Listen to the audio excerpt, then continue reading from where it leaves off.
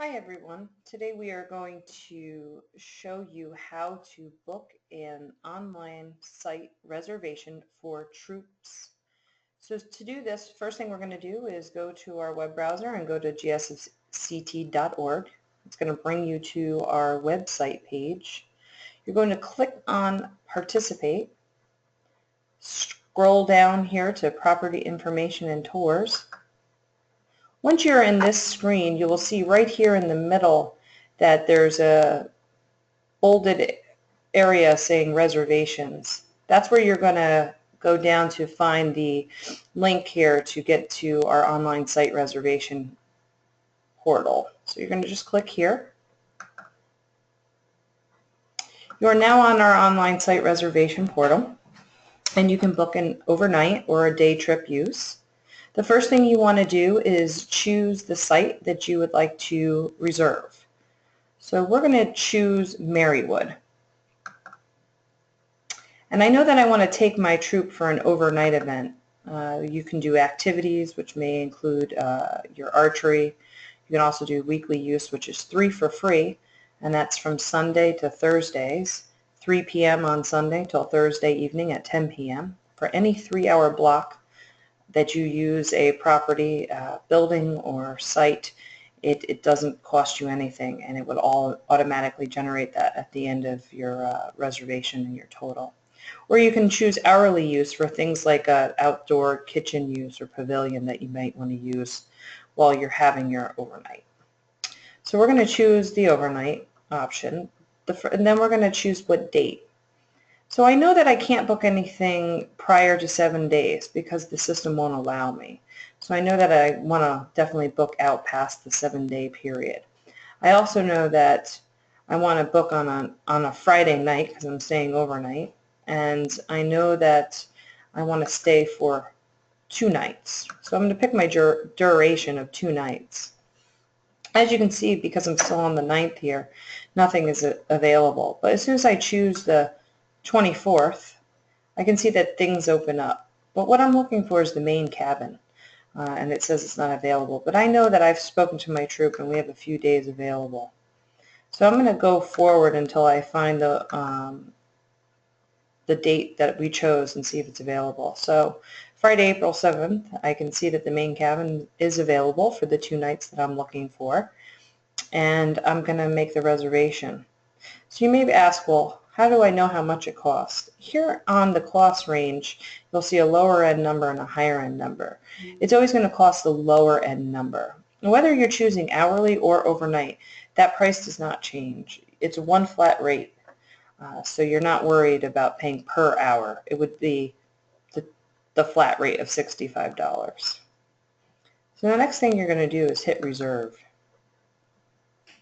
Now if you received a service unit login information, you wouldn't use that now. That is only for service unit camporees or events. You must create a new profile, or if you've already created a new profile and you have used the online site reservation form before and you've actually booked something, then you can log on with your regular username and password. What's really important is if you are a service unit manager and you're doing troop events as well as service unit events or camporees, you must create a new user profile for your troop, and you cannot use the same email address that you use for your service unit event.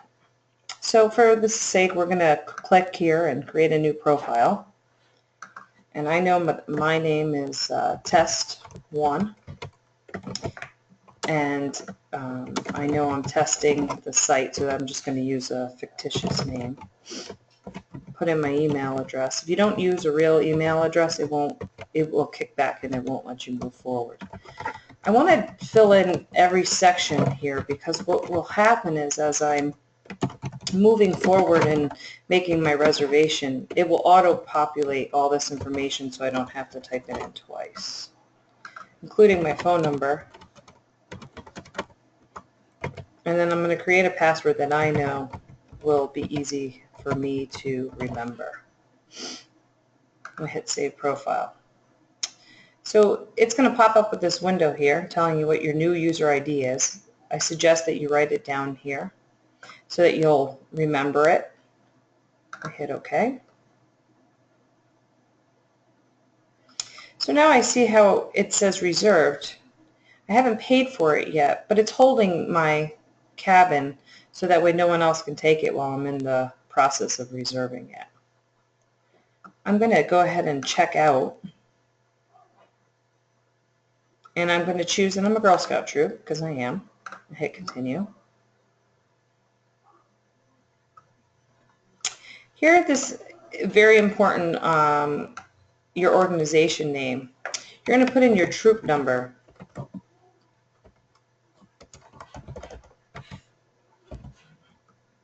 Everything that we filled out previously, as you can see, already auto-populated for me, so I don't have to fill that out. And hit continue. Now I'm going to choose how many adults are coming. So I know I have 2 female adults. One of the dads is tagging along. And I'm going to be taking 4 daisies overnight. It's very important to fill this information out accurately, especially for your ratios. So if you do not fill it out accurately, it won't let you continue forward. Hit continue. Brings you to your site agreement. Here on the site agreement, I suggest that you read it in detail. We'll give you all the information you need for your overnight about refunds, about the property, what to do if you need to cancel, what the group is responsible for when it comes to cleaning and leaving, what they're responsible for supplying, such as paper goods and garbage bags, etc.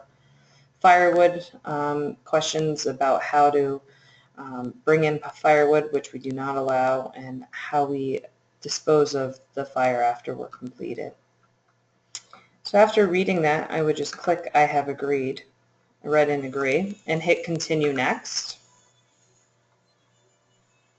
Now it brings me to my shopping cart here, just like you would have a shopping cart for any online. You can see that I have the main cabin here on 4/7, checking in at 3 p.m. and checking out at 2 p.m.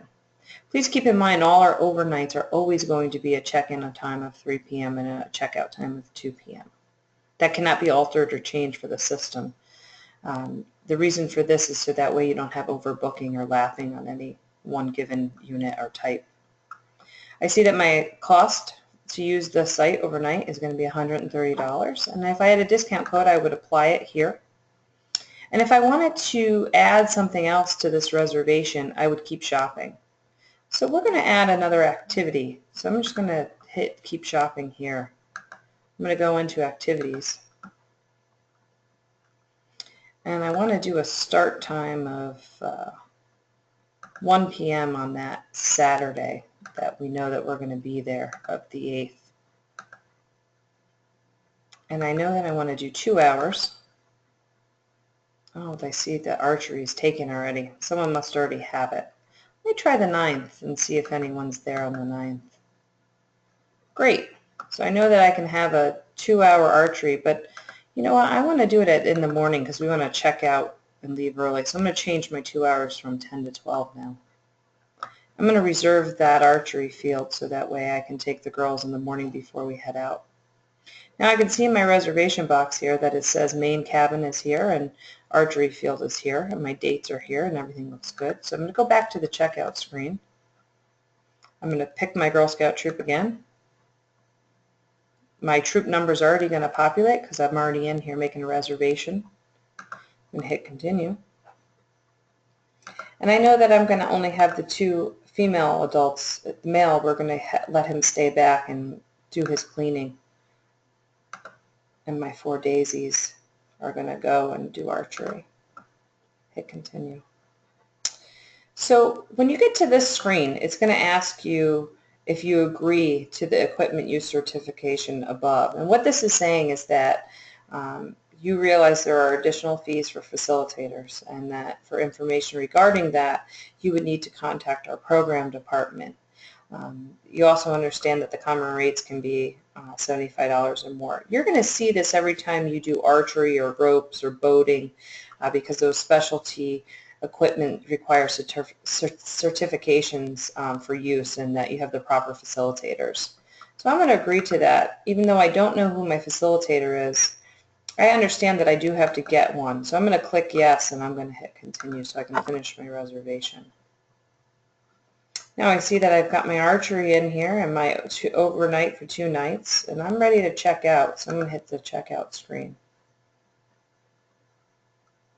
And here it brings you to a regular payment screen that you would use for making a payment.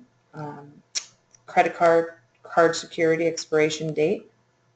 One thing you will notice at the top is it does say that we take Visa, MasterCard, American Express, or Discover. However, we do not take American Express. We're not able to remove this from the screen. It's an auto-populated photo, and unfortunately we can't move it. What will happen is if you put an American Express card number in, it will just kick it back as declined.